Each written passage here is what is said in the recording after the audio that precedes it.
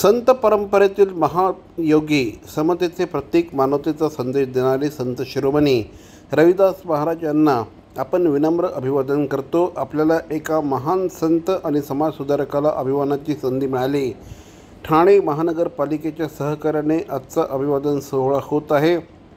ठाणे महापालिका नेहमीच समाजसुधारकांच्या, थोर नेत्यांच्या विचारांचा जागर करण्यासाठी कार्यक्रमांना पाठिंबा देत आला आहे, असं प्रतिपादन उपमुख्यमंत्री एकनाथ शिंदे यांनी केलं। ठाणे महापालिका आणि गुरु रविदास महाराज सार्वजनिक उत्सव समिती यांच्या संयुक्त विद्यमाने डॉक्टर काशीनाथ घाणेकर नाट्यगृहात संत शिरोमणी रविदास महाराजांच्या 648व्या जयंती सोहळ्याचं उत्साहाने आयोजन करण्यात आलं होतं।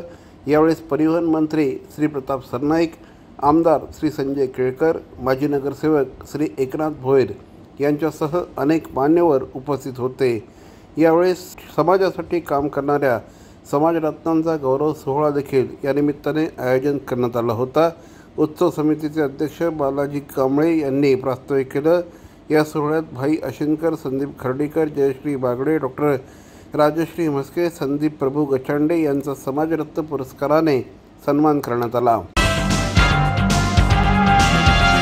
ठाणे शहरातील भवानी ज्वेलर्सची प्रति ग्रॅम केवळ 250 रुपयांची घडणावळ सोने, चांदी, हिरे आणि प्लॅटिनमच्या आधुनिक आणि पारंपरिक दागिन्यांचं विश्वासार्ह दालन Bhavani jewellers, ice factory, Talao Pali, station road, Thane आणि कल्याण लाल चौक येथेही भवानी ज्वेलर्स।